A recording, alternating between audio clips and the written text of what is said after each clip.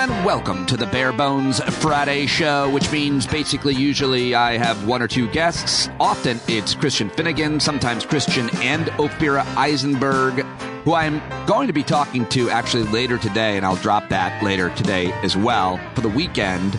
And I know this one's up a little bit late here on a Friday morning, but that's because you kept me up late at a Thursday night hangout with stand-up listeners, subscribers. Over 50 of you were there. We had a great time. Last night was one for the ages for sure. If you're not at our hangouts and you are a subscriber, you ought to come by. Keep your camera off. You can just hang out if you want. And if you're not a subscriber, you ought to sign up. StandUpWithPete.com right now. So today I have an old friend of mine on the show. He's one of the most respected comedians in the game, and he has been for a really long time. Dean Edwards joins me here for the first time on the podcast, and I couldn't be more excited for you to hear our conversation. He is a hilarious comedian. He's a writer, he's an actor, probably most notably recognized for his 2-year tenure as a cast member at NBC's Saturday Night Live. He's known for his multitude of remarkably amazing celebrity impressions from Denzel Washington and Dave Chappelle, Jay-Z, Monique, Chris Rock, 50 Cent, Eddie Murphy, of course, Tracy Morgan, who we get to hear from today. He recently showcased his hilarious, amazing talents in his first comedy special, Netflix's Tiffany Haddish Presents They Ready, Season 2, which you should go watch. Here's just a quick snippet of Tiffany Haddish talking about Dean before he comes out and performs on that special. I thought this was pretty cool. Dean Edwards is one of my favorites. Over the years, we have done many shows together. We have had some crazy experiences. We have seen a lot of wild stuff, been at some parties and whatnot, and that man has protected me. Now, Dean is a powerhouse of impersonations. He also was on SNL, and I feel like they didn't allow him to really showcase his talent the way that I believe he should have. And so, because he was my guardian angel, I would like to be an angel to him, and here we are today. All right, there you go. That's Tiffany Haddish talking about my guest today, Dean Edwards, who I go way back with. Dean and I have known each other for a really long time, which is why I was so honored and flattered when he talked about, well, he paid me some nice compliments here in our conversation, which made my day hearing it from him. And currently, you can see Dean starring off-Broadway in New York City, in Soho, in a play that he co-produced called Race the Movie, the Play. Premiered at the New York Theater Festival in June of last year, and you can go see it right now. All of the information on Dean and that show are in today's show notes. So let's do it right now. And follow Dean, by the way. He's great on all social media. He's a monster. Instagram, TikTok, Twitter. So let's do it right now with one of the greats, one of the smartest, kindest, and most hilarious people I know. It's time for Dean Edwards.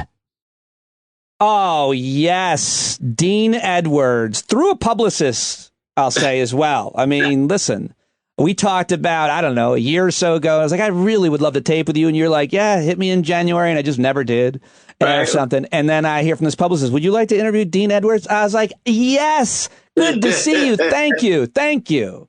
Look, that means it's well worth it. I'm glad Heidi did a great job getting me back on with you. You know, but you know what? To speak about that, in reality, it is because we're all so busy, right? We're all super busy, and we were just talking about that up at Sirius. Like, I ran into Sway while I was headed to Jim Norton's show, and Sway's like, "Yo, how come? Why are you doing that show, not doing my show?" I said, you know, he said, "Yo, make sure you hit me up." So then the publicist is like, I sent them a couple of sheets to ask to come up. And I said, well, you know what? Now that it's in Sway's head, I'll follow up with it, because you don't want to step on, we all have known each other for so long, and you don't want to overstep the friendship boundaries. Well, yeah, but let's be clear. The difference between Sway and Pete Dominic, I was like, I hear you. Sway has a team. He interviewed Obama, and right. I'm in a fucking shed. So, you know, I get it, though. I appreciate you putting me on that level. It means a lot to me.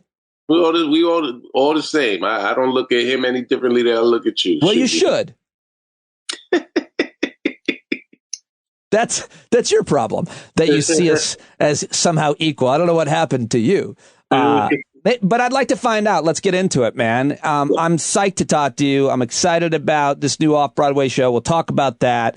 But let's, tell my audience about Dean Edwards, who is a pretty big deal in the world of stand-up comedy, and then a pretty big deal, certainly, in the New York City comedy community. There's nobody that doesn't know who you are. You've had tremendous success in this business of all kinds. I saw Tiffany Haddish's, you know what, I'm going to play that intro. It was so flattering on her Netflix show, her intro about you. Like, all the big stars know and love Dean Edwards. And I'm very excited to learn about your career. Why did you continue? Why do you do the stand-up? Why are you doing this? Oh, man, I do it because, it keeps me youthful, keeps me glowing. It keeps me happy. I think, excuse me, I think stand-up comedy, in comparison to all other forms of comedy, really entertainment, it's the purest form of entertainment, in that in comparison to music, I always say music, you can sing someone else's song. And if you have a great voice, it'll connect with someone because they know the song. If you're an actor, you can get behind someone else's words and someone else's direction and present an amazing performance. If you're a magician, even, it's sleight of hand, but they're waiting for you to reveal something. Stand up, you are revealing yourself, and you're presenting some version of the truth or truthful part of yourself. And it more specifically, whereas anyone can make someone cry. Like, if we see pictures of children being hurt or animals being hurt or slaughtered, it's going to, most of us, right? We're going to have a physiological effect and probably start tearing up. What makes Pete Dominic laugh may not make me, Dean Edwards, laugh. And that, I think, is the beauty of the alchemy that we stand-ups have, is that we find a way to make an entire audience of strangers laugh. And the payoff is, you can't really even, verbalize it. The payoff is, people always liken it to sexual arousal, because it is. I'm still chasing the high that I got getting on stage for that first time in February 1992, because it was my first time on stage and I was so excited. That's kind of that. I mean, that's interesting that you're still chasing that high. I like to hear that, and I get it, obviously, but more specifically, like, Dean Edwards is a little bit higher brow person and has a little bit higher character than most comedians. This is my frame of reference. It might not be other people. Maybe other people think you're a bad person. Right. I've always thought you're a guy who doesn't get down in the muck. You're not devious. You're not overly competitive. You don't want to hurt other people. Everybody likes you. But by the way, on stage too, you're that person on stage, but you're also that person off stage. Right. And I honestly never understood. I always looked at you like, I always felt like, and I don't know about your background in education that much, but I always certainly felt like you were more educated than most of us formerly. You came from a more sophisticated family somehow. You always struck me as like, you should be wearing an ascot and that you shouldn't be in the muck that is insidious of stand-up comedy. So not only have you made it everywhere in this business, which is so negative and gross, you succeeded and made it to Saturday Night Live, which is, its reputation is that that's the most insidious place. And you were there. And, I obviously want to talk about that. But, like, how do you swim in these filthy waters and stay such a decent guy, at least in my mind? Maybe you're going to tell me you're a criminal of some sort. You finally found me out.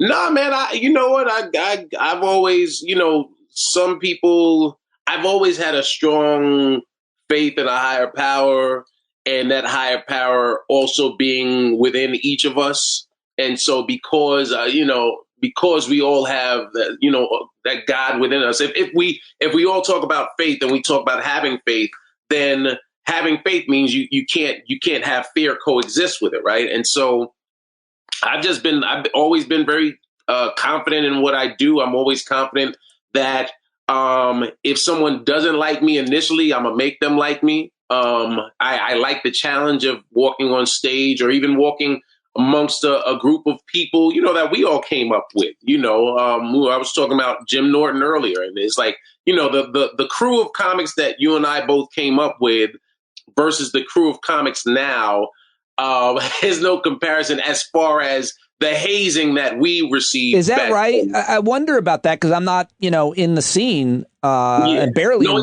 it's nice. I think it's nicer now, and I think what's sort of leveled the playing field for a lot of newer talent is social media.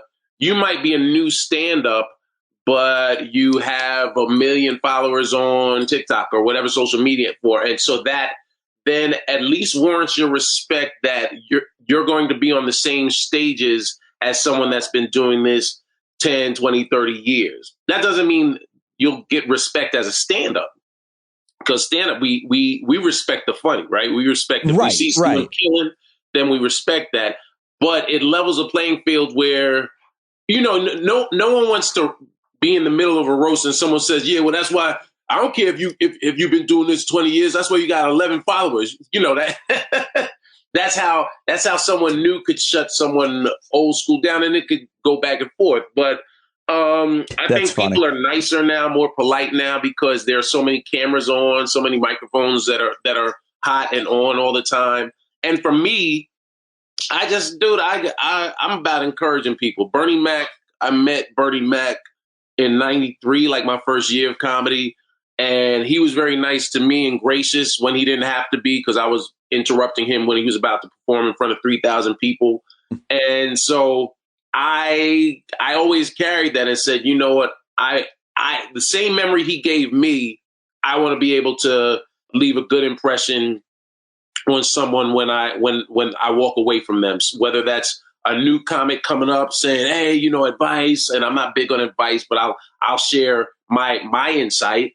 A comic recently, 3 weeks ago, he's like, yo, man, he was like, I met you. We met at Old Man Hustle in Brooklyn. I was like, oh, dude, I remember that exactly. And he said, and I said, I told you were funny. He was like, yeah, man, you don't realize that meant so much to me. That's the greatest. Yeah. I can see anybody young coming up and meeting you and the power of that. I mean, I would feel that way. You were always that way to me, though, always kind to me. And to everybody, that's your reputation. It's really interesting to see and hear how things you think have changed given your longevity in this business.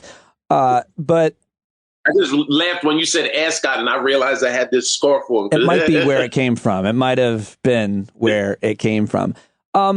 I also feel like you've transcended race, meaning, this is what I mean by very specifically, you are a proud black intellectual who can crush in any black room, highbrow black room, lowbrow black, HBC, whatever. You can perform for a black audience and kill, and you can talk about blackness and black culture and race. But you also could go to some white country club and destroy there too, meaning you can do it all. And I wonder how you feel about like why you've chosen to be that, because that's not true, certainly, of all black comics. Right. And it's definitely not true of most white comics to be able to go in certain rooms that are more ethnic, certainly not all black. I mean, that is the most terrifying room or the greatest experience of your life for a white comic. So what is it about audiences and you and your blackness and where it transcends? Yeah, man, I from day one, I wanted to make everybody laugh. And I think because my family moved around a lot, we went from the Bronx and Mount Vernon of New York City to Batavia and Rochester, where I went from seeing majority people that look like me to seeing me and two other cats that look like me in high school or in, some of my classes. And I always, looking at it, using high school as a metaphor, I always enjoyed being someone that could go hang out with the jocks or go hang out with the brainiacs or hang out with the nerds, because I have varied interests, and I'm curious about people. I always liked hearing different people's perspectives. And when I was, I decided I wanted to pursue comedy at a young age, And so I would read my basement, I have articles, I have old Newsweek magazines, or every one of Eddie Murphy's early, newspaper or magazine clippings I saved, and Bill Cosby. And I know, the legacy of Bill Cosby, unfortunately, but I can't take away from the reality that his career, at least, and his approach to comedy had an effect on how I perform. That's more than fair, by the way. I don't know what happened to Bill Cosby. I don't know what you're talking about, but that's obviously, anybody who thinks that they're like, if you grew up idolizing a person and then come to find out they were a horrible person, that doesn't taint. You didn't know that growing up. What you saw, was what you thought it was. So I think that's, by the way, not pure. And that's, I think that's where people, using anyone, whether it's a Harvey Weinstein or Woody Allen movie or R. Kelly song, when people say, yeah, I'll never listen to R. Kelly, you can't take away the memories associated with I Believe I Can Fly. If you got married and I Believe I Can Fly was your wedding song, right? Because you and I both know a lot of people that was the song. Yes, I made love to that song in college. Right. And so to myself, the emotional connection to that song cannot be diminished. You can say, when you hear it, you're like, that's terrible to learn that. But that song made you feel a certain way on your wedding day. And you're not suddenly going to say, you know what, I got to stop liking that. That's not how we're programmed, And so with Cosby, for me, I remember he said an interview where he said someone asked him a similar question. And I guess he had been doing, I can't even picture this. He had been doing Black people do this, white people do this material. And a comic said to him something along the lines of, wow, if you didn't talk about your Blackness, you wouldn't really have an act. And so I guess he took enough offense to that to say, I don't want to be put in a box where I can only do certain material in front of certain audiences. And so I took that upon myself as well. And then I saw Sinbad when I was younger, a year in, and he, I was amazed that he had such a varied demographic of Black, white, Asian, Latino, old, young. He had everybody in there. And I said, I want that. Because also looking at it from a economic standpoint, right? The more people you can make laugh amongst different demographics, the easier it is for you to go anywhere. And I didn't want to be restricted to only performing in front of one type of audience. Well, you have proven that, and you can perform anywhere, anytime, for any audience, which is why you'll always work. Yeah. Other thing, and real quick, you know what, Pete, and also salute to, because you used to do Black rooms. Oh, hell yeah. Yeah, so let me just let your listeners and viewers know, we always was like comics that did both the Black rooms or urban rooms and the mainstream rooms. We always respected cats like yourself, that weren't afraid to get uncomfortable when you went on stage. You, Billy Burr, Dan Natterman, Russ Maneve. There were cats, Big J, obviously. Jason Andors. Jason Andors. Yeah, there were cats that you gained more respect because in the mainstream clubs back at the time, a lot of the clubs would say, yeah, we already have 3 Black guys, right? And they never said, oh, we already have 30 white guys, right?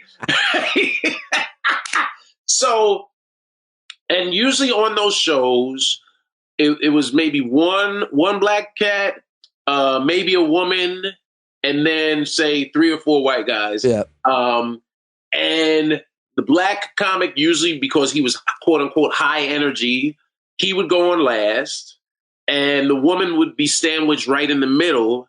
And so when you saw cats like yourself and the other people I mentioned earlier going to 2 steps down in Brooklyn and Port Knockers and Mocha's up in Harlem and all of these small sports bars that to set it up for the people, these are sports bars that people came to that may or may not know a comedy show was occurring. They might have gone to watch the Knicks that night, and then the owner or the people that run this establishment say, "Oh, okay," and turn the TV off, and then and the Knicks are in the playoffs, and now now Smokey goes on and does all of his material about, everything ghetto and some ghetto chick and roaches. And now, give it up for the first time, my man, Pete Dominic. And now Pete has to go out. But you did your thing. And we respected that because we said, you know what? You weren't pandering. You were like, okay, yeah, give it up for the white people. You did your thing. It was, you can't pander. Right. Regardless of, it'd be more, you're not really probably considered to be pandering if you're black to a black audience, but to a white person can easily make that mistake. But I think I have like a PhD level analysis of of audiences, but of black audiences and how to succeed as a white person. But I think it requires, what it requires, honestly, for white comics to do well in a black room, regardless, even if it's not comedy, but certainly for comedy, is to grow up and spend a lot of time, good quality time with black people, know about things, and then say those things. Right. And if you're really ballsy, in my case, I would pick a black person in the audience and make fun of them, knowing the other black people would be like, appreciate and understand what was happening, and they would all laugh at that black person and then carry me out above their shoulders as one of the good ones. Yes. As we call Utgo, one of the good ones. Is that right? I didn't even realize that. No, it's actually in our play, Race the Mood to Play. All right. Well, we got to get to that in a second. What do you think it is, though? I mean, what's your analysis of like black rooms for white comics? And take it outside if you want the realm of the comedy club, because it's about building trust and showing that you are a non-threatening person in a corporate boardroom, much less a school, a church, or a comedy club. What are your thoughts? Yeah, I think you spoke on it. It's someone being honest versus someone, presenting an artificial version of themselves only to survive the night, right? People can read your truth versus the honesty. And so when you see A.G. White walk on stage, A.G. White is the white family that didn't move out of East New York, Brooklyn. And so A.G. White sounds just as black as the blackest cat in Brooklyn, right? So he's being his true self. But then you see Dan Natterman go on there on the same stage, and he's killing because he's not going in there saying he's not going in doing like a shimmy dance or playing DMX and give it up, because eventually that fades away and people are like, okay, you did that. Eventually is like 30 seconds, by the way. Right. But it's like, all right, now give me something funny, because black audiences want to laugh just like a white audience does, and usually when they laugh, they're gonna laugh like it's a physical emotion where it's not just like no, it's like oh did you see there's nothing better. There's just and that therein lies the feeling. We could talk about obviously we're generalizing about white people and black people, but I mean this is a pretty specific generalization, very specific to black culture. By the way, I mean I haven't seen white people really steal this, which is interesting. Maybe it's so overtly black that we won't get up and run out of a room when something's funny. And I've been on stage making black people laugh and had several people running around, and there is no better kind of success than that, I feel like. As a comic, not just a white comic, just that. Like people ask me, what's the best feeling? Being the minority and making people that you aren't physically sell. What is that about the overtness of emotion? You even see that, by the way, at 8th grade graduation, where you're not supposed to applaud, and the white people are lightly clapping when their name gets called. But when the black family's kid gets called, they brought an air horn, Dean, an air horn. What is that? Yeah. Because you know what? It's a celebration, man. It's a celebration. And I wouldn't as I've traveled the world more, I've learned that what we think is the African American or the black experience, every non-European person I've interacted with, every non-European culture I've interacted with, whether it's the Middle East, whether it's South America, everyone thinks their people have ownership on how they react. They're being late. Like anytime I'm in Saudi and you know, show's supposed to start at, I don't know, 9 p.m., but it doesn't start until 10:30, 11 o'clock. They're like, oh no, Habibi, it's Saudi time. That's how. And I'm like, no, that's everywhere. Everyone thinks they own what they do, but it's everywhere. And for us in the States, Black people, we like expressing and letting people know. Like, if you love someone around the way, you'll give them like, yo, that's good. But then there's also like overly physical, yeah, I love you, son, because you want them to remember that. So it's emotion. The emotion is bubbling over. And honestly, as a Black person, to me, I just had this conversation because someone said, yo, I like what you were doing, because I ain't gonna lie, when I first saw you come out, I was like, who this dude? And that, to me, that's the best feeling, when you go out and you know someone, if not a bunch of people that aren't familiar with you, they kind of start back here like, all right, let me see what he's gonna do. I don't really, you ever meet those people come up to you after the show, they're like, you know what? I don't laugh. I don't laugh at comedy. It's hard to make people praise themselves for being miserable. I don't do all that. I don't enjoy life.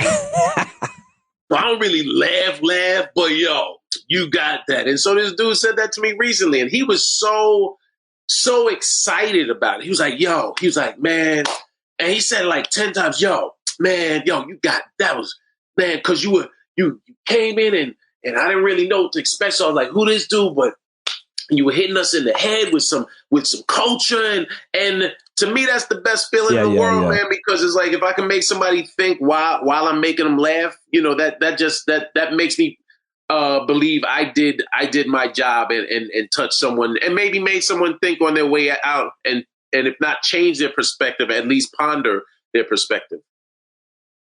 Your show, I love your answer, of course, that you're starring in, wrote Race, the movie, the play, makes its off-Broadway debut, Soho Playhouse, last night, I guess. Is that right? Yeah, man. We had our first amazing show last night. It was awesome, man. I'm very proud. Let me just read the description.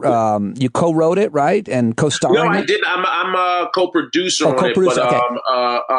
My co-star Brett Raybold and his good friend and also funny comic Christian Duran, who they wrote it, and Christian's director, and they wrote it, just to give you some background. They wrote it during COVID, and it started off just as a joke called "Not Another Slave Movie," right? Because I think all of us are like, okay, we get it, not another one. Because I think it just became overkill. Django and 12 Years both came out around a certain time, and then there's every other movie that has slaves, and we can go back, whatever. But like those two especially were so brutal in a way. It was almost like, but I'm not even sure if that's what they mean. That not another slave movie. That it was brutal. Maybe it's something. I think it was just all of them, because we're really spoofing the white savior trope. How dare you? That runs through so many of these stories, right? Where especially in Hollywood, where they need, for some reason, Hollywood's like, we need someone white to come in and save the day, and have the wise Negro say, no, what we need to do, and you know what, you might be right, Rufus, And so we've goofed on all of that. Think Scary Movie for Green Book, The play follows, I'll just read a quick description. Sorry, Dean. The play follows a white chauffeur named Wyatt Savior, who serves as the driver for a brilliant black musician named Gene Yuss, that's you, on a tour through the 1850s Deep South. The story quickly unravels and becomes a panoramic parody of all things tone deaf, Hollywood race movies, which according to the show's creators includes Green Book, 12 Years a Slave, Django Unchained, and more. Driving Miss Daisy sounds a little bit like. Yeah, all of that. That's we just had fun. It's like we took all of these movies and threw them into a blender and said, you know what, let's have some fun with it. And you know, the beauty of a show like this is it's been a collaborative effort. Obviously, Brett and Christian wrote an amazing script, but over the course of the last year, Ted Alexandro was in the show with me. He's also a producer on the show. That's amazing. He would have been in this run, but he has two young children that he wants to be home for, and he also just got off a long tour with Jim Gaffigan, so he needs some time off. But shout out to Ted, because his handprint is all over this, because he's added a lot of funny to it as well.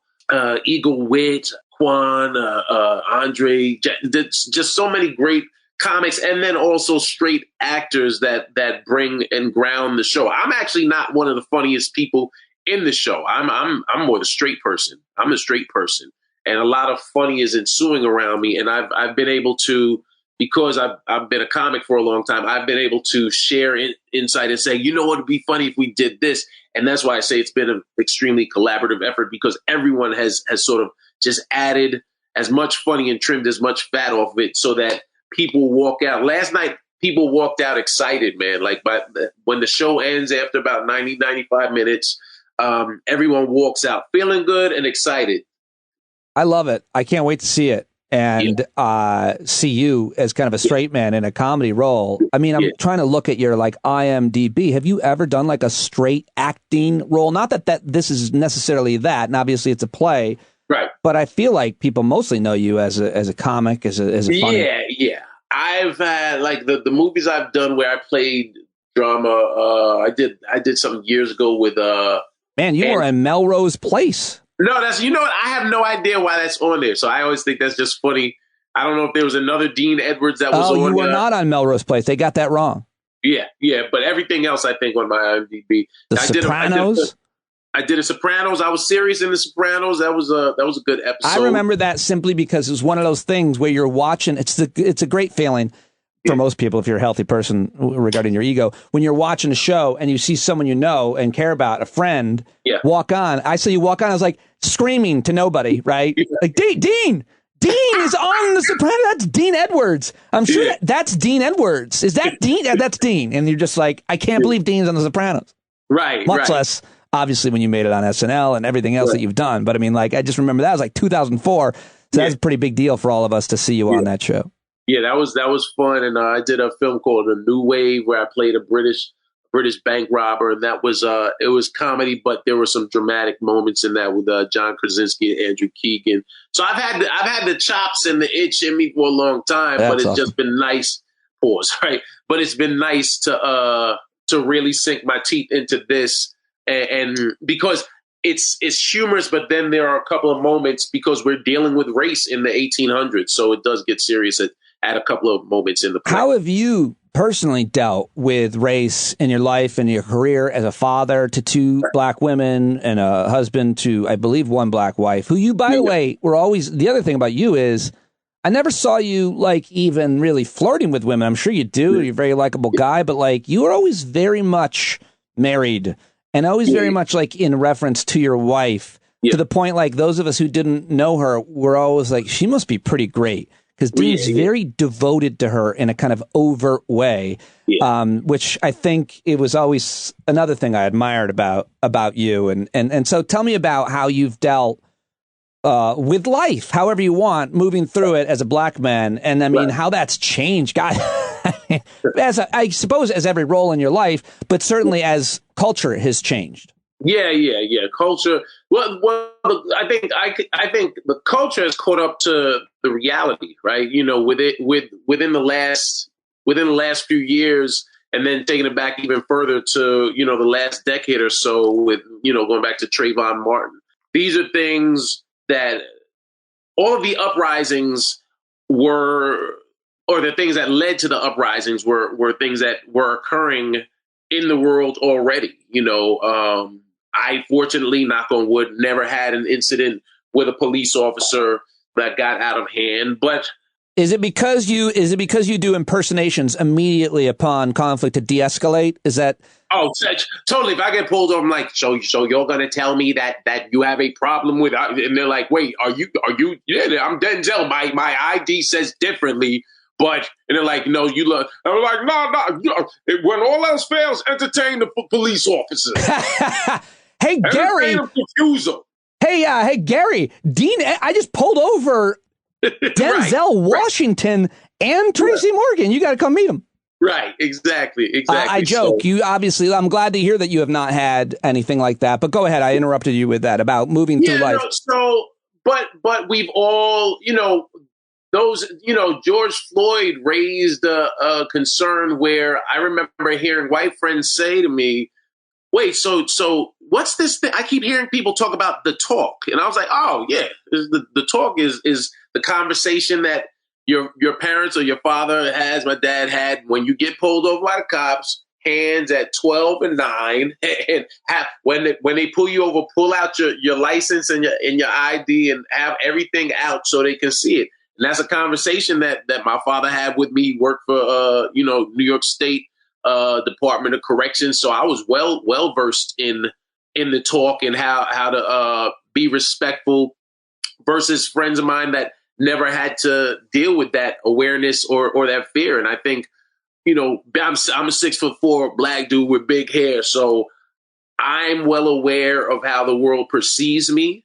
I don't apologize for who I am or how I look, but my way of sort of dealing with it, my therapy, and also my way of sort of pointing out what I feel is an unfortunate injustice based on stereotypes is I make jokes about it. I joke about how people, I joke about my biggest fear on the planet is being outside after the sun goes down, street lights come up, and it's me with a little white woman. Because I know if anything goes wrong, I did it, and I deal with that perception. And that's, I think that also, it serves me well, but it also serves the world well, because I've had people after, what's his name? Castillo, in Minneapolis. In Minneapolis. Go ahead.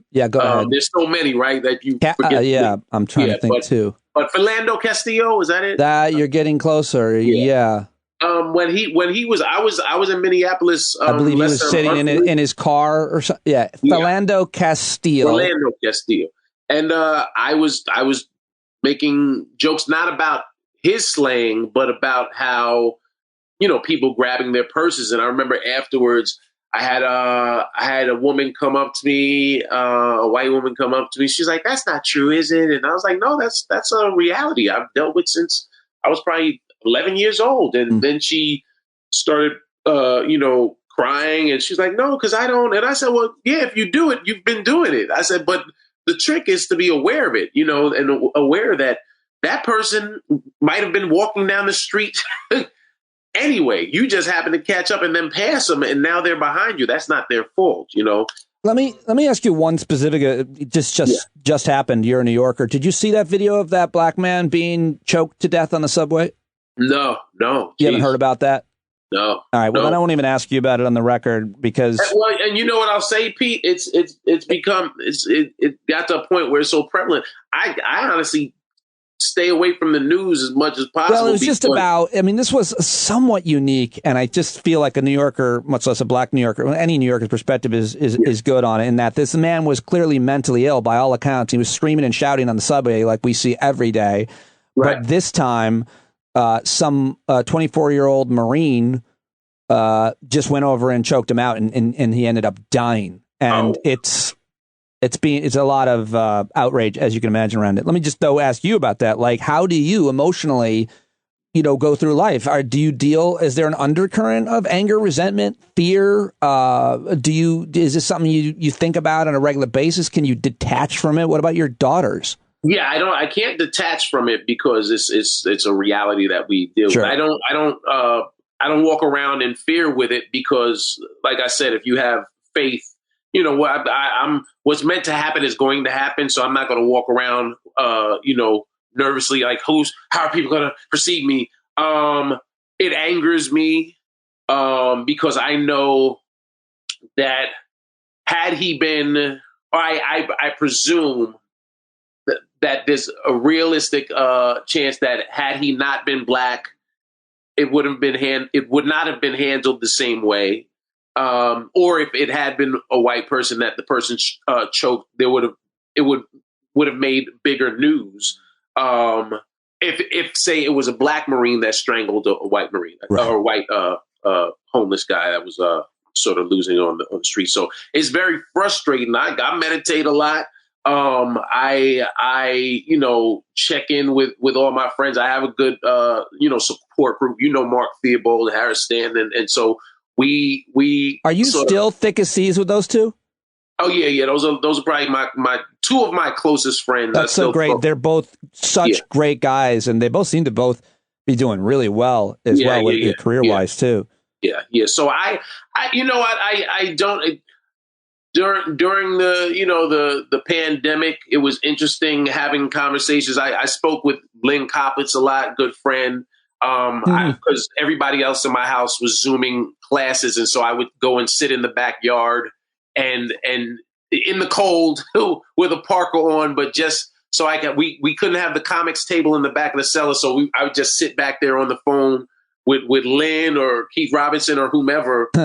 Just to stay connected with my comedic family, and comics keep me grounded and keep me laughing, man, so that I don't take life as seriously as I probably could. I'd love to. I'm gonna shadow you one night. I'm just gonna hang out. I'm just gonna go out with you one night to the clubs and hang out. I miss it a lot. But that's the regardless of comedies take so many of us in so many different directions, but. It's stand-ups specifically, it is a family. Like when Big Steve, one of the main bouncer in the Comedy Cellar, he was always at the door at the Fat Black and the Village Underground, man, and he passed away. And so you saw all of these comics and all of these people that are comedy adjacent, the musicians, and came together for a celebration of his life. And people spoke, and we were all crying, but we were all also laughing in the face of the tragedy of losing, our fallen brother or him transitioning. But the beauty of that moment was it brought all of us together. Many people who were like, I haven't seen some of y'all in over a decade, Love that. I love to hear those stories, and I've been there. I've seen it. Certainly, especially when you lose actual, no disrespect to him, but everybody knew him. He's the bouncer. But like comedians, I can remember too many deaths, and the way we kind of came together around that. Man, seen a lot out there. Bro. I mean, but that's the beauty that we're still here, Pete. We're still here, and we still doing our thing. Staying funny, giving people something like this. Even if we only see each other a few times a year or chop it up a couple of times a year, it's always love, It certainly is, and that's how I felt this whole conversation. I will let you go. I'm not even near done talking to you. I just looked at the clock, and it's been almost an hour, and I just can't thank you enough. Obviously, we could do this for so long. I love you, and I'm proud of you. I hope that doesn't sound condescending, but watching you, continue to be the family man that you've always been. And I always feel like when I connect with you, I check in with your family, even though I don't know them, because I do know the value that you have for them and the role they play, how much you miss them when you're gone and all that. And your daughters are off in college now, and your wife, of course, is teaching it, and you're doing your thing. And I hope everybody goes, I will see you at the show. I'm going to do everything I can to come. Race the Movie, the play. Come see the show. You can go to racethemovietheplay.com. You can go. We're playing at Soho Playhouse throughout the month of May. Almost every week we're doing Wednesday through Saturday. Wednesdays and Thursdays shows are 7 p.m. Friday and Saturday are 9 p.m. Next week, I believe I'm gonna double check my calendar. It's dark next week for whatever reason. Yeah, we're dark. You know what? Because I'm a comic and I already had a road gig. That's of course. Race the Movie, the play. Of course, all of the links to it will be in today's episode. So you can just go right there and go see it, like I will. And thank you, bud. I really appreciate you being here, and so great to catch up with you and see you. Likewise. Thank you, Peter. I appreciate it. Shout out to all of y'all, and come check the show out. Denzel will say, I guarantee you will enjoy it. Thank you, buddy. Thanks, brother. All right. Dean Edwards, how about it? What did you think? When he mentioned there about how he always remembered me doing really well with black audiences, that was such validation for me, just such recognition coming from him. Really appreciated that. Very, very grateful for the old ego on that one. I'll try not to think about it anymore because it was too good. All right, Dean is great, and I hope that you will go see his off-Broadway show in New York. I think I might go next week to see that. It sounds so good. Race, the movie, the play, all the links to tickets are in today's show notes for today's episode, as well as Dean's social media, but definitely go follow him on TikTok and Instagram, YouTube, Twitter, Facebook, all of it. Watch him on Netflix, on Tiffany Haddish's They Ready, and I hope he will. I'm sure he'll come back and join us again. That's all I've got for right now. If you're still listening, look forward to me dropping a conversation with Christian Finnegan and Ophira Eisenberg, which I'm scheduled to tape in a little while. I hope you have an excellent weekend. And your quote of the day is from John Maxwell. Change is inevitable. Growth is optional. Ooh, I like that one. Thanks, John Maxwell. Talk to you later. Love you guys. John Carroll, sing me out. You gotta stare the devil straight in the eye. We got to let him know it's his turn to go. See it clear when all you hear is a lie. Don't get up off of your butt, get down off of your fence. Even if it ain't a very friendly audience, well, they'll begin to listen when you start making sense. And you stand up. No need to point your rifle to defend your town. Just stand up. Stand up. You know they can't deny you what you're laying down. Boy, you better stand up. Stand up. Show your face of every color, yellow, black, red, and brown. She's the place where every lost child will finally be found. There's only one thing to do before we stand our ground, and that's stand up.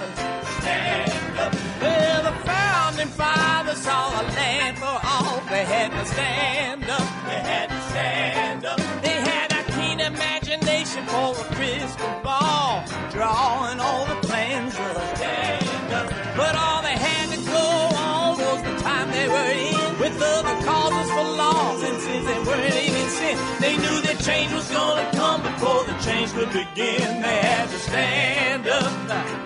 All right, they had to stand up. We got to stand up. We got to look the devil square in the eye. We gotta let him know it's his time to go, and make it clear when all we hear is a lie. Why you lying awake wondering where the money all went? It'll be the cost of freedom that'll go unspent.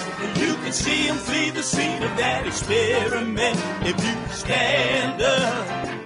All right. We got to speak up, we got to reach up, and raise your voice in every way you know how. Don't be toes up, you got to show up. Ain't no better time to do it but now. No need to pledge allegiance to no wanton tribe. Rise up, show obedience to the voice inside, and listen well and it'll tell you not to run and hide. It says stand up, stand up. Got to stand up. Ooh, come on, just stand up. Everybody got to stand up in the darkest hour. Stand up. People got the power. Stand up. Come on, come on, come on.